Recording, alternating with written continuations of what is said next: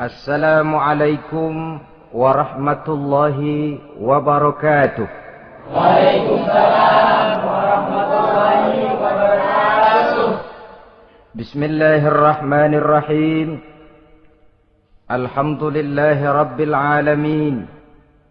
Wassalatu wassalamu ala ashrafil anbiya'i wal mursalin. Sayyidina wa maulana Muhammadin wa ala alihi wa ashabihil mujahidin at-tahirin, amma ba'du. Saudara-saudara kaum muslimin rahimakumullah. Pada pertemuan kali ini kita akan membicarakan riwayat Nabi Adam alaihi salam. Nabi Adam diciptakan oleh Allah dari tanah dan merupakan manusia pertama serta bapa dari seluruh umat manusia. Pada saat Allah hendak menciptakan Nabi Adam, Allah berkata kepada malaikat, "Inni ja'ilun fil ardi khalifah." Aku akan menjadikan seorang khalifah di permukaan bumi. Malaikat dengan nada sedikit protes berkata, "Ataj'alu fiha may yufsidu fiha wa yasfiku ad-dima wa nahnu nusabbihu bihamdik wa nuqaddisu lak." Tuhan, apa perlunya engkau ciptakan seorang khalifah di permukaan bumi?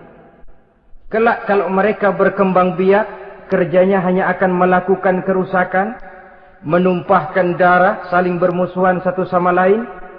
Sedangkan kami, kata malaikat, sudah cukup bertasbih memuji kebesaranmu. Allah kemudian menjawab, "Inni a'lamu ma la ta'lamun." Aku lebih tahu tentang apa yang kalian semua tidak mengetahuinya. Setelah diciptakan Nabi Adam daripada tanah, ditiupkan roh, maka Allah kemudian mengajarkan kepada Nabi Adam berbagai macam ilmu pengetahuan. Wa 'allama Adam al-asma'a kullaha. Kemudian Allah mengajarkan Nabi Adam nama-nama segala sesuatu. Nama merupakan simbol daripada ilmu pengetahuan. Nabi Adam akan dijadikan khalifah di permukaan bumi. Maka dibekali oleh Allah Subhanahu wa taala al-asma'a kullaha, nama-nama segala sesuatu. Yang dimaksud di sini ialah al-ulumal katsirah, ilmu pengetahuan yang banyak. Malaikat pada mulanya protes. Kami kan sudah cukup bertasbih Tuhan. Kami kan sudah cukup memujimu. Untuk apa lagi membuat manusia sebagai khalifah di permukaan bumi? Seolah-olah malaikat tidak setuju. Allah yang maha tahu rahasia segala sesuatu memberikan vonis, aku lebih tahu tentang apa yang kalian semua tidak tahu. Oleh karena Nabi Adam dipersiapkan untuk menjadi seorang khalifah di permukaan bumi, maka dibekali oleh Allah dengan ilmu pengetahuan. Begitu Nabi Adam dan begitu kita. Karena bukan cuma Nabi Adam, kita pun oleh Allah dijadikan sebagai khalifah-khalifah di permukaan bumi ini. Yang nilai kekhalifahan kita bergantung kepada kondisi kita masing-masing. Ada orang yang menjadi khalifah level internasional, menjadi pemimpin dunia Islam. Ada orang menjadi khalifah level nasional saja, ada khalifah tingkat kota saja, ada khalifah tingkat kecamatan, ada khalifah tingkat RW, RT, sekurang-kurangnya khalifah untuk tingkat rumah tangga masing-masing. Nah, tanpa membekali diri dengan ilmu pengetahuan, jangan berharap kita akan bisa melaksanakan tugas sebagai khalifah di permukaan bumi ini. Apapun saja, Nabi mengajarkan, man arada dunya fa'alaihi bil ilmi, wa man arada al-akhirata fa'alaihi bil ilmi, wa man aradahuma fa'alaihi bil ilmi.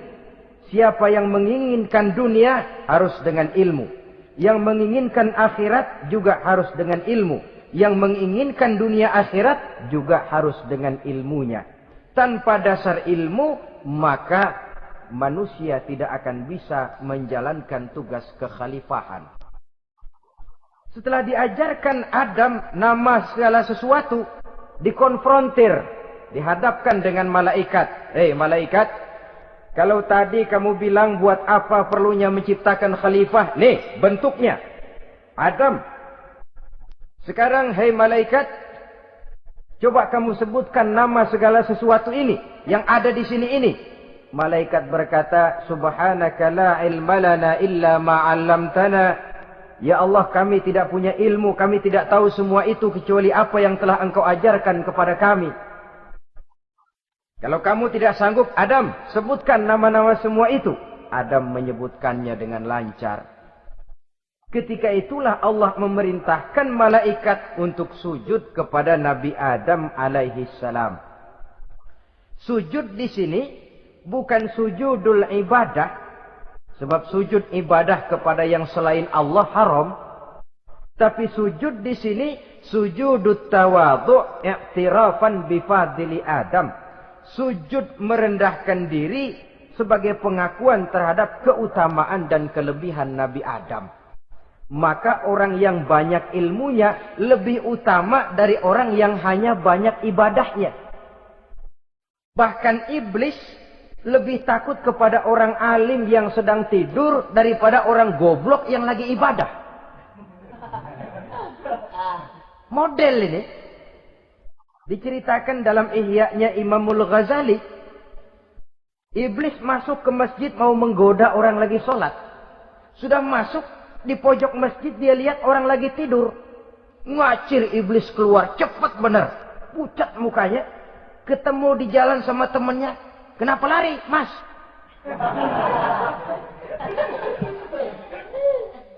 Kata temannya, saya mau goda orang sholat. Lalu tiba-tiba di pojok masjid saya lihat ada orang lagi tidur. Saya takut betul sama itu orang. Lari saya keluar. Loh, sama yang sembahyang sampean nggak takut, kok sama yang tidur takut bagaimana? Yang tidur itu orang alim. Yang lagi sembahyang itu orang goblok. Oh, godain orang goblok, saya colek juga dia lupa sembahyang. Tapi orang alim ini saya takut betul. Lah kalau diukur dengan malaikat waktu itu Nabi Adam, ibadahnya lebih banyak malaikat, jelas. Sudah bertasbih, sudah bertahmid malaikat. Nabi Adam baru diciptakan. Tapi kenapa Allah perintah malaikat sujud kepada Adam? I'tirafan bi fadli Adam. Keutamaan Nabi Adam. Pantas untuk diserahi tugas sebagai khalifah mengatur kehidupan di muka bumi. Kalau malaikat yang jadi khalifah di dunia ini, nggak rame dunia. Coba, malaikat, material, harta nggak perlu. Seksual nggak perlu. Dunia ini hambar. Justru dunia ini menjadi ramai setelah manusia diberikan fungsi sebagai malaikat, sebagai khalifah oleh Allah Subhanahu wa taala. Saudara-saudara kaum muslimin rahimakumullah, setelah nyata kelebihan Nabi Adam, maka Allah perintahkan Nabi Adam tinggal di surga dengan segala kenikmatan yang ada di dalamnya. Tapi lantaran sendirian, kesepian Nabi Adam ini. Allah Maha Tahu, maka diciptakannya pasangannya, yaitu Siti Hawa dari tulang rusuk yang sebelah kiri. Sehingga Nabi pernah pesan begini, Istausu bin nisa fa innahunna khuliqna min dhil'in. Hati-hati kamu ngadepi perempuan. Yang tolong dengar nih yang laki-laki, yang perempuan belaga budak aja dulu lah. Hati-hati kamu ngadepi perempuan. Fa innahunna khuliqna min dhil'in, karena perempuan diciptakan dari tulang rusuk sebelah kiri. Apa watak tulang rusuk? Tulang rusuk itu kan bengkok. Perempuan tuh begitu, didiemin aja bengkok terus, dikerasin patah.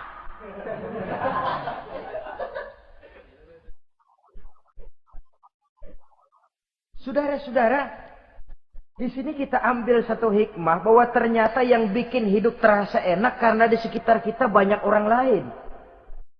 Bodoh manusia kalau dia merasa bisa hidup sendirian. Tinggal di tengah kampung tapi gayanya gaya orang tidak mau kenal dan tidak mau tahu sama tetangga. Jangankan di dunia, di sorga saja Nabi Adam karena sendiri kesepian. Apa saudara mau tinggal di Jakarta? Apa saja di Jakarta sudahlah milik saudara. Hotel Indonesia dikasih saudara, Hotel Borobudur punya saudara, Monas buntel bawa pulang.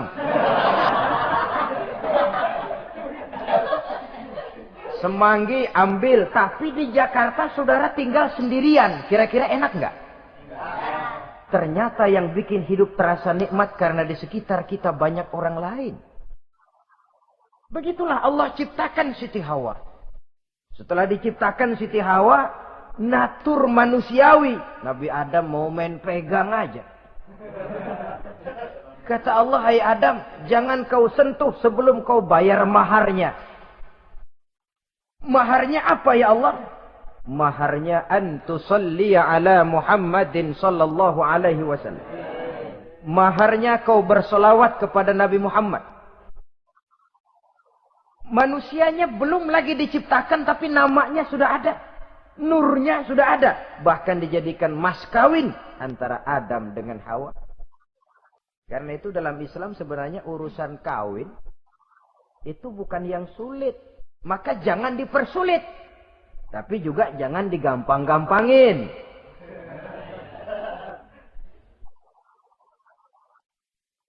Artinya yang namanya mahar ini, walaupun cuma sebentuk cincin besi kalau orang sangat tidak mampu. Bahkan dengan mengajarkan Fatihah saja sah sudah.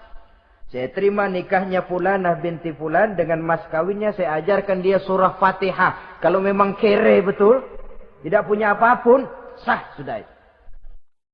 Agama ini mudah, karena itu jangan dipersulit, tapi juga jangan digampang-gampangin.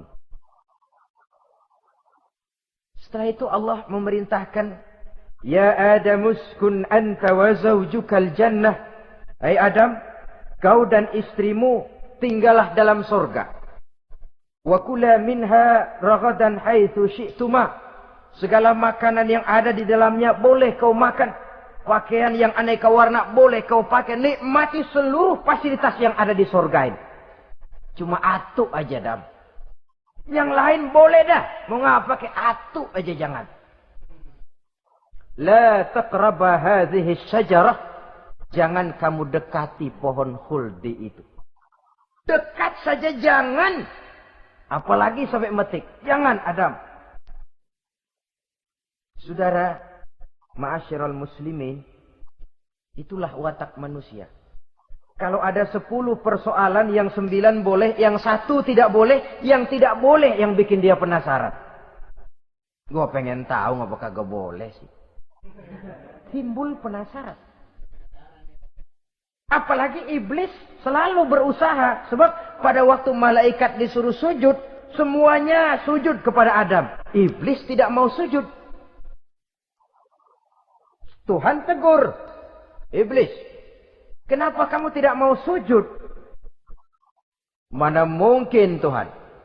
Saya kan dibikin dari api, kata iblis. Adam dari tanah. Unsur api lebih mulia dari unsur tanah. Masa saya harus tunduk kepada Nabi Adam? Gengsi dong. Adam kan anak kemarin sore, baru dibikin. Masa saya harus tunduk kepada orang yang macam itu? Ini kan perintah aku iblis. Kalau kau tidak mau tunduk, keluar dari sorga ini. Terusir iblis dari sorga. Karena kesombongannya tidak mau sujud kepada Adam. Nah, logika. Kalau udah di sorga aja sombong diusir. Apalagi yang masih tinggal di pinggir kali sombong.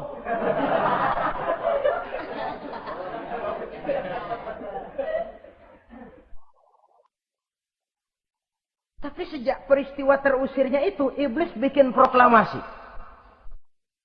Apa proklamasi iblis? Rabbi fanzirni ila yaumi yub'atsun. Ya Allah, gara-gara Adam saya diusir dari surga. Saya minta kepadamu ya Allah, beri saya kesempatan sampai hari manusia dibangkitkan. Kata Tuhan, innaka minal munzarin. Oke, silakan. Mau apa iblis?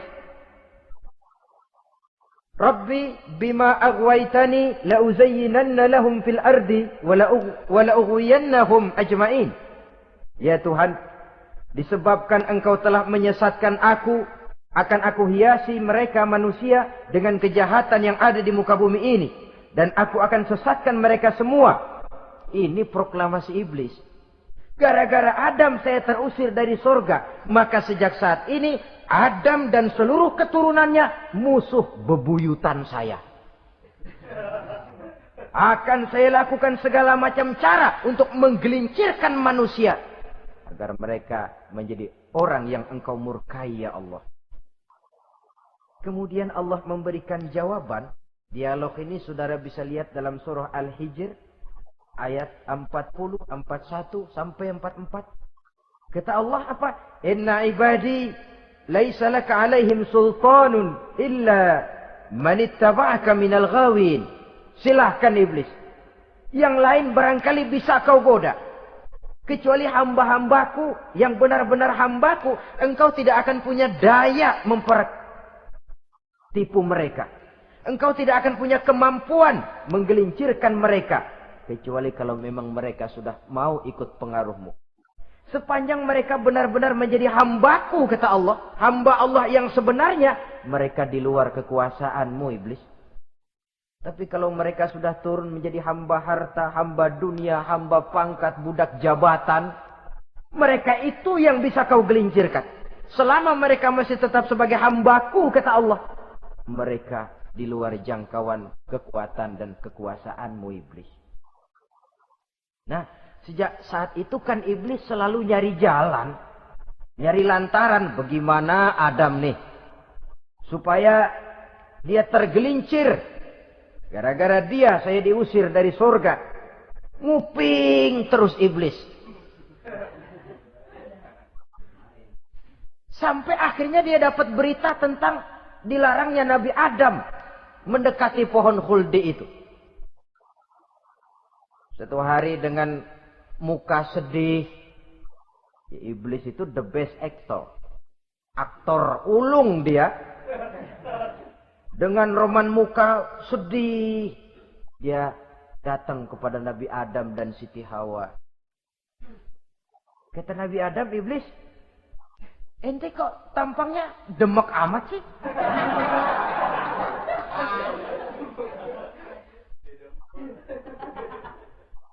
Kenapa begitu sedih?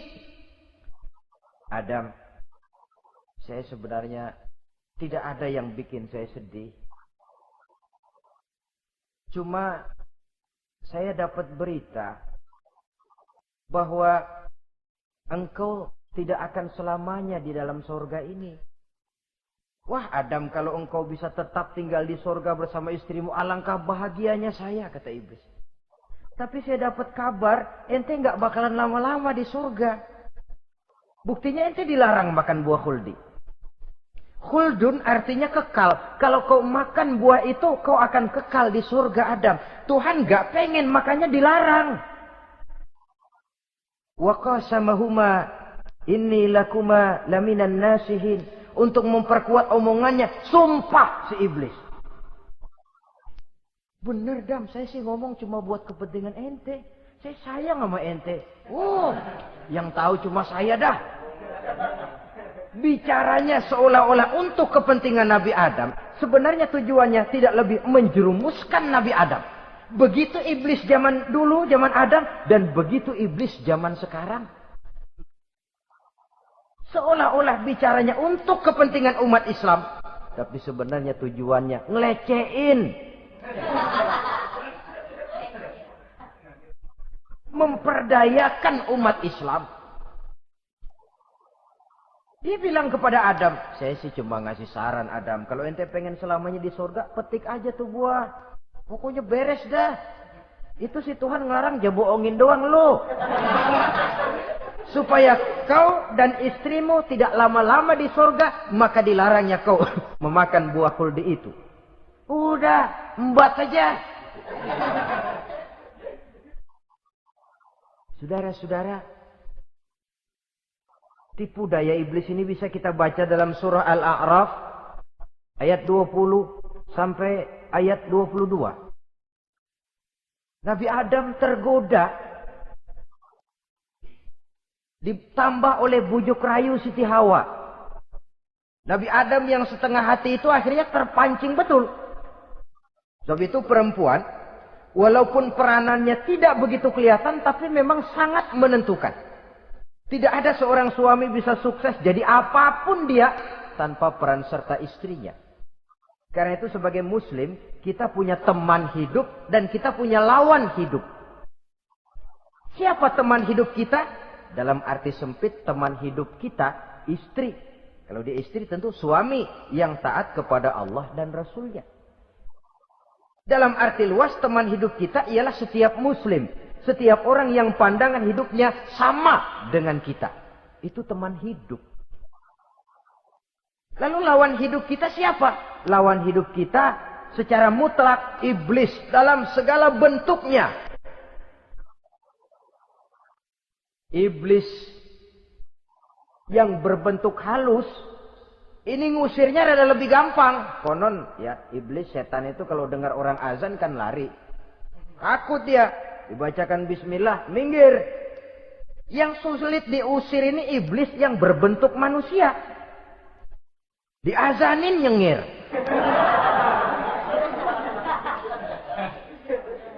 Gawat ini. Saudara-saudara, ini musuh dalam artian mutlak. Sedangkan musuh dalam artian ideologis, setiap orang yang pandangan hidupnya tidak sama dengan kita. Bahasa langsungnya, setiap orang di luar Islam secara ideologis, ya. Adapun secara manusiawi, kita tetap toleransi, saling menghormati, setuju dalam perbedaan pendapat, kembali kepada prinsip lakum dinukum. Kewajiban saling menghormati sesama manusia, tapi secara ideologis tidak ada kompromi. Begitulah Nabi Adam tergoda. Dan begitulah iblis selalu menggoda keturunan-keturunan Nabi Adam. Sampai kepada kita sekarang ini. Tiap kali kita hendak melakukan berbagai kebaikan, iblis ini mulai bisik kasa, kusuk, kesek. Saudara tadi dari rumah mau berangkat niat dengerin ceramah macam ini. Apa dikira iblis enggak? Wah, gatal iblis. Kata iblis, alah jangan bertingkah lah dengerin ceramah. Ceramah mah urusan 70 ke atas. Ente masih muda. Berjuang kita. Jihad, bismillah. Tidak, saya mau dengar ceramah. Berangkat kita ke tempat ini. Sampai di sini apa dikira iblis diam? Enggak. Dia bisikin lagi. Iya. Loh, hadir ke sono dah. Cuma nyampe sono. Ngomong aja ngomong dah. Ustadz mah jangan didengerin. Ngomong aja udah. Perang lagi jihad. Saya nggak mau ngomong. Mau dengerin betul-betul. Kata iblis, iya lo dengerin dah, jangan ngomong, cuman pules.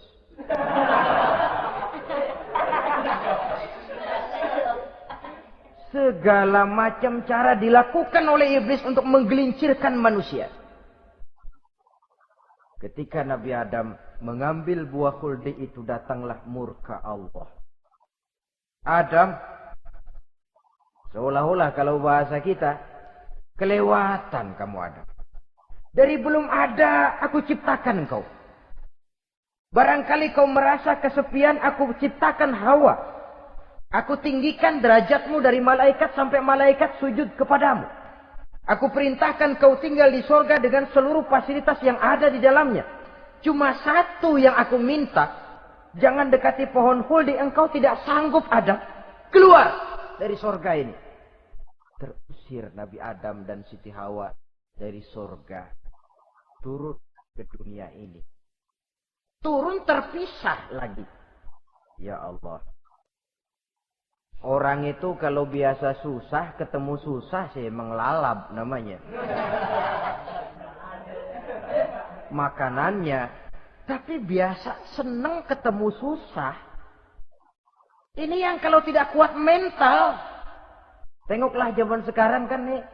Kalau tuan-tuan rajin baca pos kota. Kayaknya nyawa murah bener. Pasal duit 100, nyawa hilang. Pasal diputusin pacar, begon ditenggak. Gantung diri pakai tali plastik. Murah betul kelihatannya jiwa itu. Sehingga pantas kalau Nabi pernah katakan irhamu salasatan minan nas, sayangilah 3 macam manusia. Pertama, azizan zalla, orang mulia yang jatuh hina. Pejabat tinggi kalau pensiun kesian bener. Ya Allah. Udah nggak ada yang ngasih hormat, tanda tangan nggak laku. Azizan zalla. Orang mulia yang jatuh hina. Yang kedua, ghaniyan qad iftaqara. Orang kaya jatuh miskin. Dari hidup serba ada jatuh melarat. Yang ketiga, faqihan yal'abu bihil juhal. Ahli fikih ngerti hukum tapi dipermainkan oleh orang-orang bodoh yang kebetulan punya kekuasaan. Lalu keluar fatwa sesuai dengan pesan sponsor. Yang halal bisa jadi haram, yang haram dibikin remeng-remeng. Ahli fikih dipermainkan oleh orang bodoh. Kasihan betul. Terpisah Adam dengan Hawa ini. Adapun Nabi Adam turun menyesal dengan seluruh kesalahannya. Sujud, taubat, menangis. Menurut riwayat, 300 tahun beliau sujud. Seraya membaca Rabbana zalamna anfusana wa illam taghfir lana wa tarhamna lanakunanna minal khasirin.